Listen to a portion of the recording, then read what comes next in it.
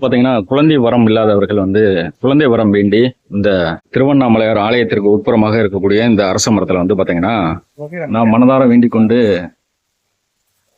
இங்கு வீட்டில் இருக்கக்கூடிய இந்த அரச மரத்துக்கு தொட்டில் கட்டி வழிபாடு செய்தால் விரைவில் குழந்தை பாக்கியம் கிடைக்கும் என்பது ஐதீகம்.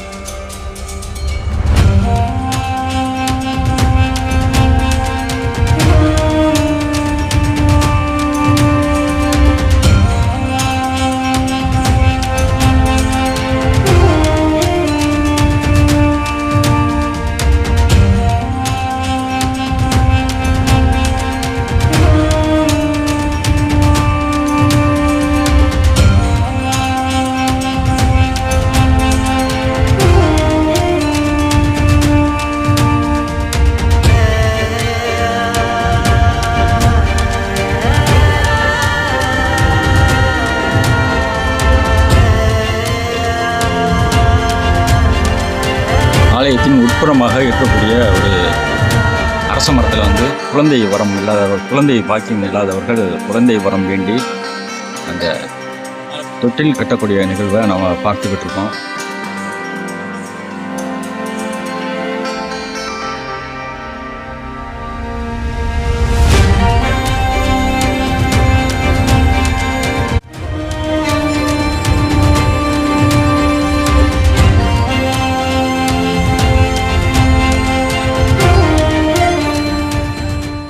அரச மரத்தில் தொட்டில் கட்டி வழிபாடு என்பது தமிழர் பாரம்பரிய நம்பிக்கையில் மிகவும் சிறப்பான வழிபாடாக கருதப்படுகிறது. அரச மரம் மிகவும் முக்கியத்துவம் வாய்ந்தது. அரச மரத்தை தெய்வீக சக்தி நிறைந்ததாக நம்பப்படுகிறது.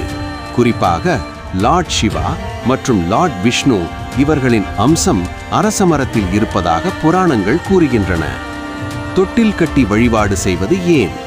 குழந்தை பாக்கியம் கிடைக்க, கருத்தரிக்க பிரார்த்தனை செய்ய, பிறந்த குழந்தையின் ஆரோக்கியம் மற்றும் நீண்ட ஆயுள் வேண்டி குடும்பத்தில் சந்தோஷம் நிலைக்க. எப்படி செய்வது?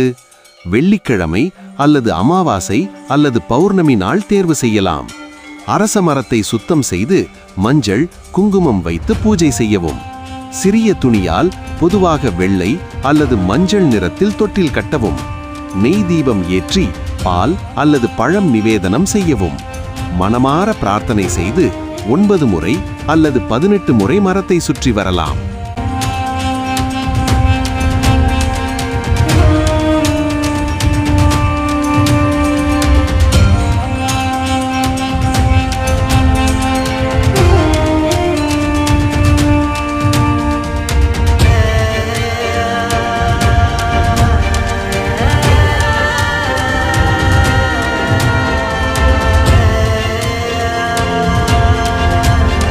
பார்த்தீங்கன்னா, குழந்தை வரம் இல்லாதவர்கள் குழந்தை வரம் வேண்டி இந்த திருவண்ணாமலையார் ஆலயத்திற்கு உட்புறமாக இருக்கக்கூடிய இந்த அரச மரத்தில் பார்த்தீங்கன்னா, குழந்தை வரம் வேண்டி அந்த தொட்டில் கட்டக்கூடிய காட்சிகளை பார்த்துக்கிட்டு இருக்கீங்க.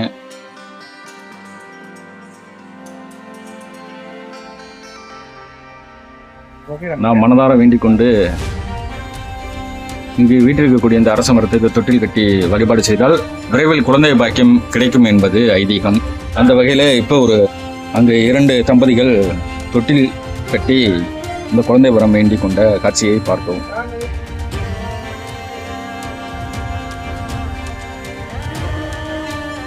தொட்டில் கட்டிவிட்டு அந்த அரச மரத்தை 3 சுற்றுகள் வலம் வரக்கூடிய அந்த காட்சிகளையும் நாம் பார்த்துக்கிட்டு இருக்கோம்.